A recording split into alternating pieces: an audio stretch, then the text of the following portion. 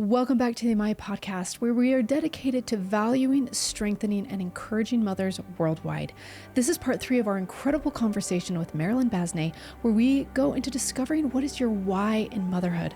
One of my all-time favorite quotes of what she said in this inspirational night was this: "The work of mothers is too important for heaven not to care." Let's hear the rest of what she has to say.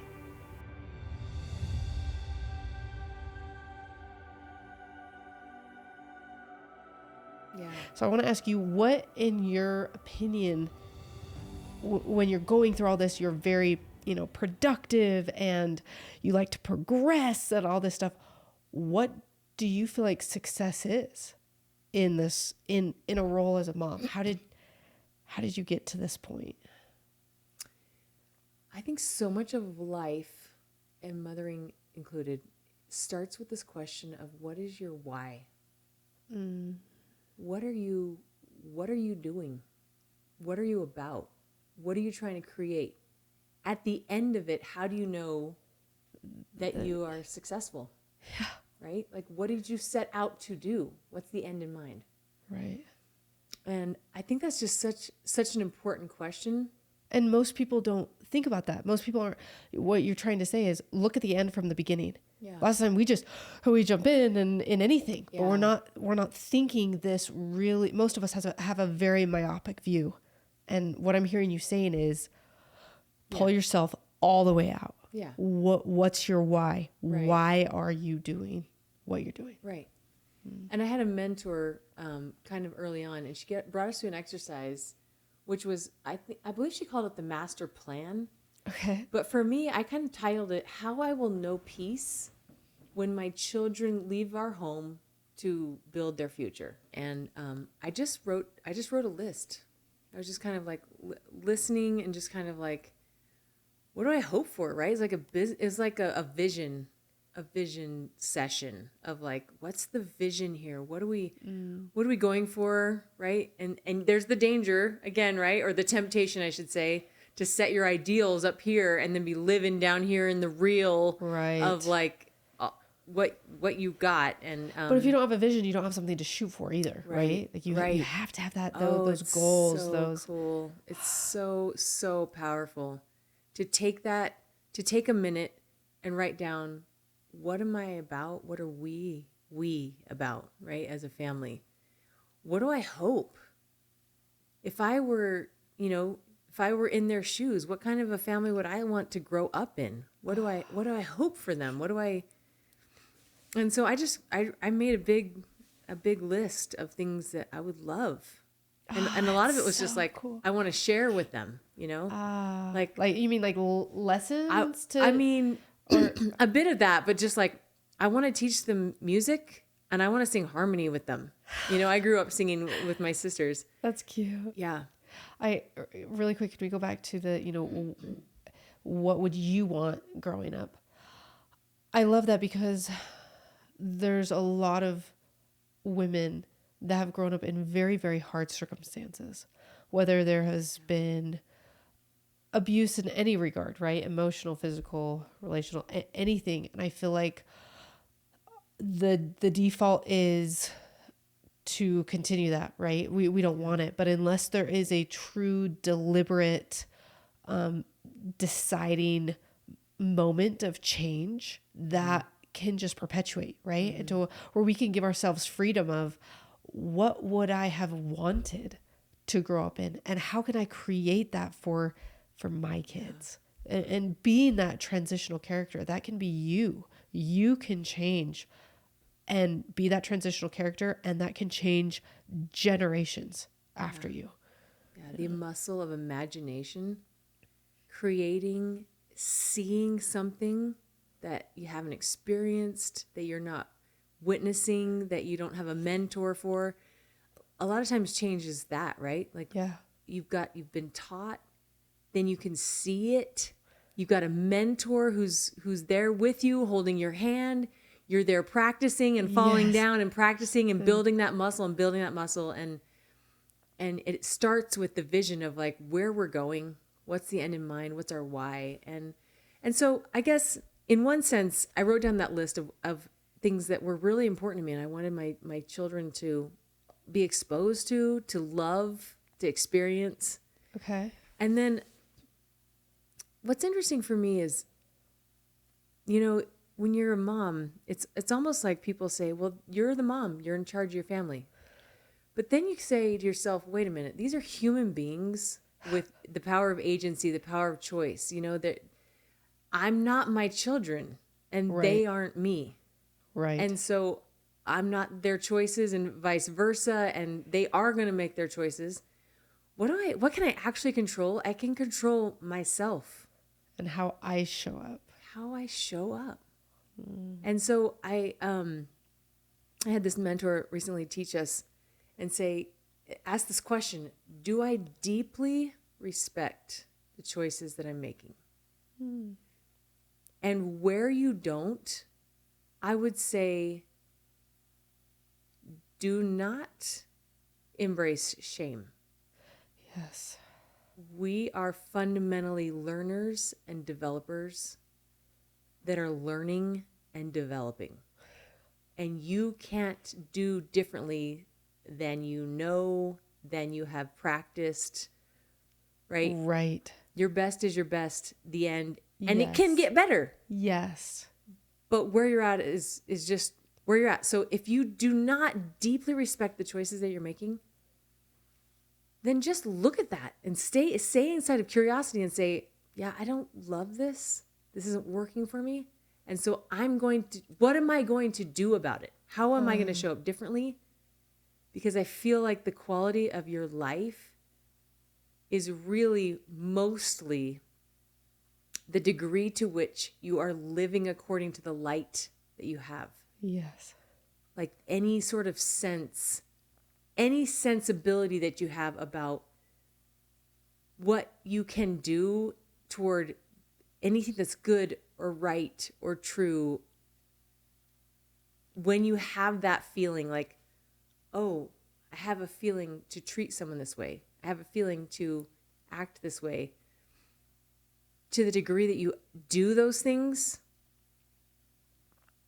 your life is just so much. It is filled with those things, right? It's filled with light. It's filled with with the love. You be the love that you want to see in the world, or that you want to experience. Wow. So my friend says, she says, I show up in loving ways because I want a loving life. Not because it's going to come back necessarily.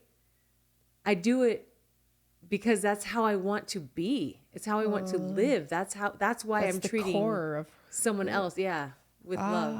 Because that's what I want. Wow. Not because they, quote, deserve it. What do we deserve anyway? What does that mean? Yeah. You know?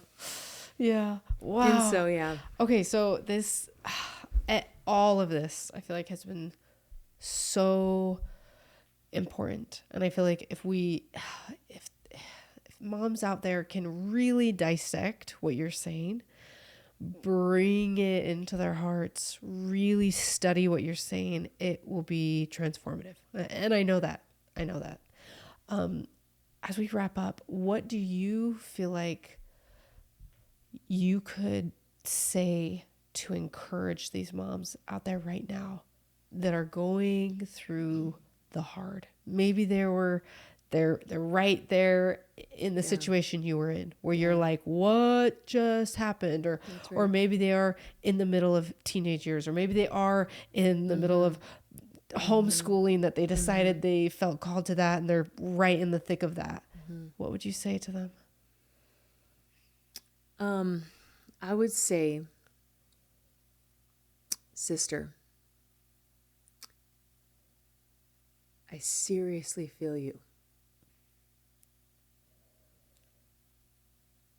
I really feel where you're at.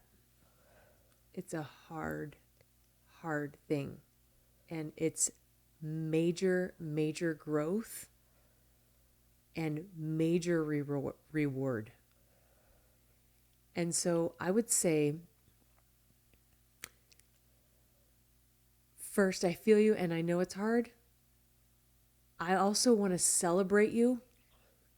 I want to hold up a mirror and show you what all of the awesome things that are happening. I want to call them all out. I want to like make this big list. I want to put it on the wall and look at it and say like, this is what's working. This is what's going right. And it might just be that you had a smoothie. I mean, it might be that you had a shower. Like in the last week. I know that sounds weak. But there's something seriously important about, I think, the muscle of training yourself to see the good and call it out and hold it in remembrance. And for me, that's on the wall. And so let's see the good. Let's call it out. Let's remember it. I would say you are climbing a mountain. And you cannot be the best discerner or the best judge of your own growth or the impact that you're having. You're creating a world for your children and for you. You're setting it up. You're saying, this is how the world works. Welcome to the world. Your world is our family right now, and welcome. This is a place where we love each other, where we celebrate each other, where we fall down, skin our knees, drop serious balls, laugh hard, keep on working, get frustrated, say potty words, right? Like, welcome to this crazy mix, this crazy mess, this beautiful mess of learning and development. It never was a clean process. It never was nice and neat and tied up with a bow and real pretty. It never was. And that's the beauty of it. So let's just embrace each other. I'm here for you. I'm going to own my stories. I'm going to take responsibility for them. If I had a crying baby who couldn't sleep, I would create a story of love, even if I had to imagine it and make it, and it was a stretch. If my knee jerk was to say, I'm a failure and I'm failing you and I'm failing me, I would say that is a choice. And I would say, what's a more empathic story? And I would say, you're brand new to being a baby and I'm brand new to being a mom. And we're in this together. I'm not saying it's going to be pretty. Let's just acknowledge it. Let's call it out. But here's what I know for sure. I'm really going to try. My heart is in this for both of us. And we're going to grow together. And I would say that because of those things, because of those parameters of being a new person in all of this, if you can just hold on, if you can just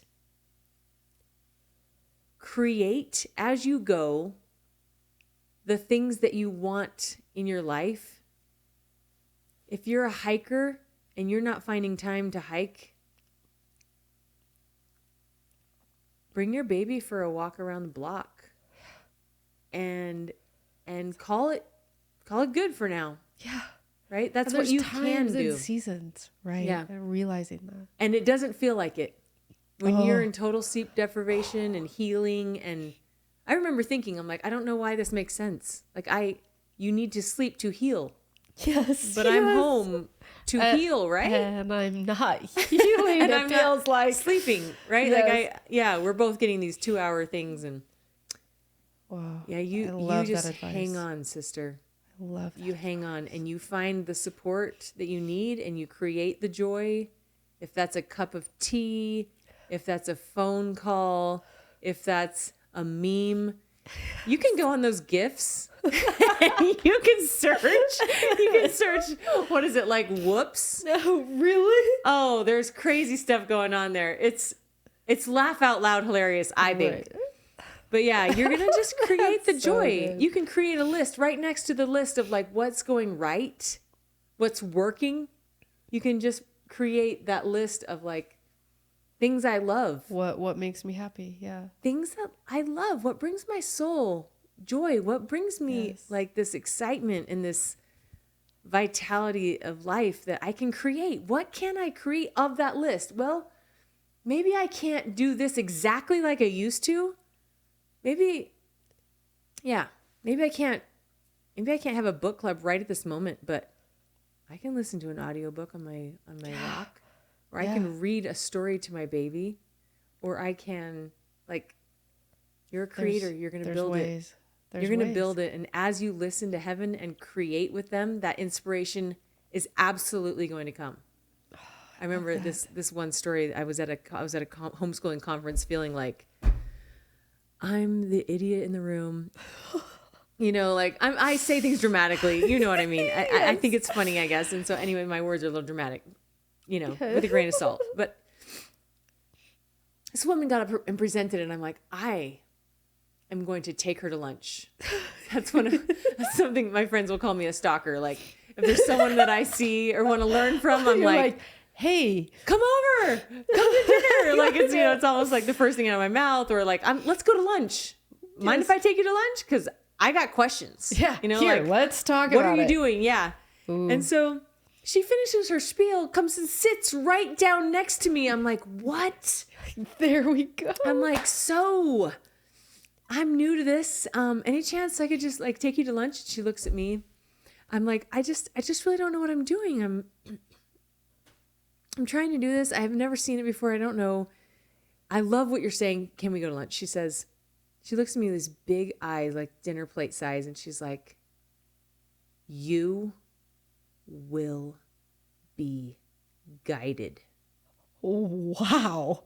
And yeah, and I just felt like I felt the power of it through my whole body, you know, like goosebumps. And I'm just like, no kidding. Wow. She was like just breathing that confidence in you. No kidding, sister. Wow. And anytime I'm tempted to step into anxiety or fear or doubt, I try to call it out and be like, hello, doubt. Hello, fear. Hello. How are you doing? Yeah. I see you. Yeah. I see you. Thank you for what you are teaching me. And I'm now going to step right into that thing and know for sure that I will be guided. The work that mothers are doing is too important for heaven not to care, for heaven not to show up, for heaven not to bring it. They are going to bring it. You're not alone. And they will send people, and they will send mentors. They will send books. They will send thoughts. They will send ideas. They will send energy. They will send grace. They will just keep teaching you. You'll just be on your journey. Beginnings are hard. All beginnings are hard. The laws of physics, you need that you need that extra boost of energy, that blast to get started, to start from zero and get moving. And such is life. And so we don't want to like regret that or call that as like something that's just, you know, such a bummer that we have to deal with it. No, that's just how it is. Yes. And so you just know that your beginnings are hard. And once you pass that day, that afternoon, that milestone, right? Yeah. Lunch, you did it. Yeah. You did it. We're fed. We did it. All my kids are alive for another day. We're Here still we go. alive and no one's in jail yet. This is amazing. We're crushing it. And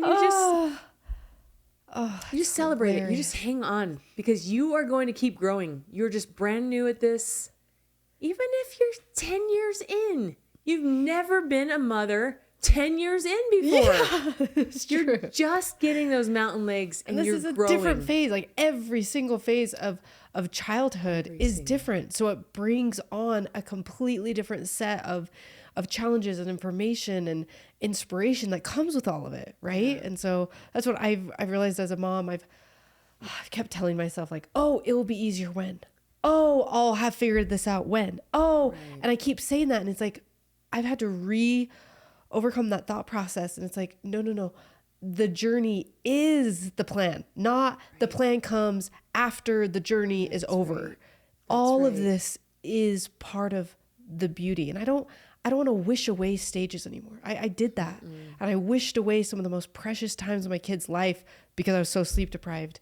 Right. And I've thought, you know, if I ever was able to do that again, I don't want to wish that stage away ever again. You know, I want to live it. I want to love it. I want to thrive in it. I want to adore them. Yeah. In any stage that they're in. Yeah. That's what I want to do. And it's real to say there are parts of chapters that as they close, you may not miss them. Yeah. And that's okay. That's okay. But in every single chapter, there are such beautiful things. Yes. And such hard things. Right. And that's just right. Those things all of it will teach us and change us. And that's what we're about, right? Becoming. Yes. We want to become different, better, more whole, more empathic, more holy, more sympathetic, kinder, more loving. And I can't imagine a better example journey. Of that There's than you. Not a better journey. Like, seriously, like you're saying all these things. I'm like, and this is why I had you on. And this is why, because I mean, really, like what I love is that you've gone through this journey and you're now helping your kids go through this and understand all these thought processes and everything so that they can start this journey knowing what it can be like and what they can become because of it. And I don't think we're taught that as a kid, right? I don't feel like we're taught like, this is how hard it will be. And this is how it has the chance to change you. Not just it can break you or it can change you, right? And I just love that you're teaching, you have become that. You have become that growth mindset of a person and you're teaching it to your kids, right? Like look at that power of just you, just one mom, what you're doing to change the world. I just love it. We're dealing with souls. Like it's not this really cool business, you know, or and I don't even mean, I'm not saying that it's not important and it's not beautiful and I don't celebrate it. I celebrate creation everywhere. Right. There's just so much power and influence and meaning and significance in being able to lift and teach a human being, an eternal soul. That and it goes on. One of my favorite little stories or quotes, it was talking about this group of boys, and they were in a Sunday school class, and they were basically retiring teacher after teacher. Like just sending them into retirement, right? Like we can't do this, you know. Like these teachers were tapping out Yeah, because it was like, this is too hard. Crazy. Yeah. This is too hard. Yeah. We're done. Yeah. So they were retiring, all these teachers, and they're just like these wild hooligans. And they got this older gentleman as a teacher, and he was from Denmark, and he had this Danish brogue and accent. And one of the boys, like, he reached into their hearts and transformed them. Whoa. As their Sunday school teacher, basically. How did he do that? Well, the way that one of the boys characterized it is, he says, we could have warmed our hands by the fire of his faith. Whoa. Meaning just his belief, like the power of his soul, the power of his spirit, what he was about, what he believed was so palpable. We could feel, it was almost like a heat off of a fire. And I've thought about that, and I've thought, that's real influence. Yes. If I could take the things that I've learned and the things that I hope I'm becoming and share them with others, share them with my children in such a way that they'd be tempted to share them with their children. Somebody else, yes. Right? I would love for the hard things, for the hard won kind of wisdom and experience to not just stay with me. Yes. But let it be inside of their hearts too, and inside of their hearts, so that they're buoyed up against the, just like the things that just aren't true. Right. It's just not and true. And just the negativity, right? just the outright That's right. bombardment that we're facing in this world, right? That's right. Anything that would rob you of your joy, Yeah. Wow. Wow. Okay. Well, this has just been incredible. Is there anything else that you want to share as we wrap up? Anything else that's on your mind? Anything else that you're feeling drawn to talk about? I think I would probably, as I'm just sort of listening, there's something about setting up your day and your life with a meditation, an intention, a prayer, anything that says, here's what I'm about. And calling out the vision and listening. I have a friend, for example, and I've sort of adopted this sometimes, and she'll just be in the shower and she'll just say, God, I'm dedicating this day to you. And so if you have someone who needs me, that was my mom. Can you imagine that? 11 children, and sort of her prayer, as she's kind of expressed it, was she would just say, send me someone who needs help today, and I'll help them. Wow. Right? Like she's in her world of like all the kids and all the things going on, and she's thinking outside the send me somebody, I'll help them. You're like, I mean, she's helping but you people. got 11 of them, right? Right here. Nonstop. She's helping people, right? Wow. And she just said, you send me someone and I will help them. Or, and it would happen. Yeah. Would it? Oh yeah. All the time.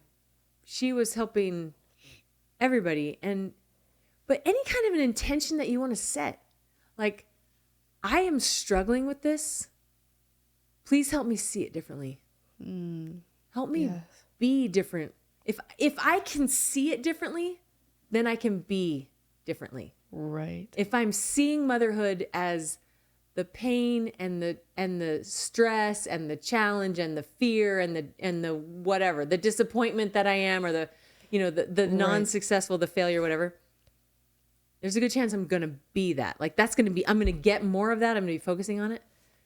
But if you can change that vision as a matter of course, as a matter of habit, and just develop that habit, take one small step. If you're in this world, like, and you say to yourself, this isn't what I want. I'm ready to grow. Help me see this differently, and just take something and create it. Let yourself envision what you want differently. Yeah. That's powerful. I love this. I feel like I've learned so much just sitting here tonight, listening to your wisdom, and I love you. I love your kids. I love who you are as a human being. Every time I'm around you, I feel deeply cared about as a person for just who I am. I don't feel like I have to show up any differently or anything. You just you just love people where they're at. And I love that. You are such a delight. Like, so easy to love, Aurora. That is not, you can't call that out. Yeah. No, seriously, I just wish everyone could have a Marilyn in their life, because we need more people like you. I love what you're doing. I want to wrap my arms around these mamas and just be like, sister, we stand together. We stand in solidarity, because we know what we're about. Yeah. We know that this is big business. This is God's business, and we're partnering with Him to create a world that includes all the beauty, all the beauty. We're bringing it, and we're showing the next generation what that world can look like. Powerful thing. Well, thank you so much. Thank you for being here. Thank you for taking your time and energy and effort and showing up tonight. I loved this conversation, and I love you. It's been so fun. Thanks for being here. Thank you, sis. Appreciate it.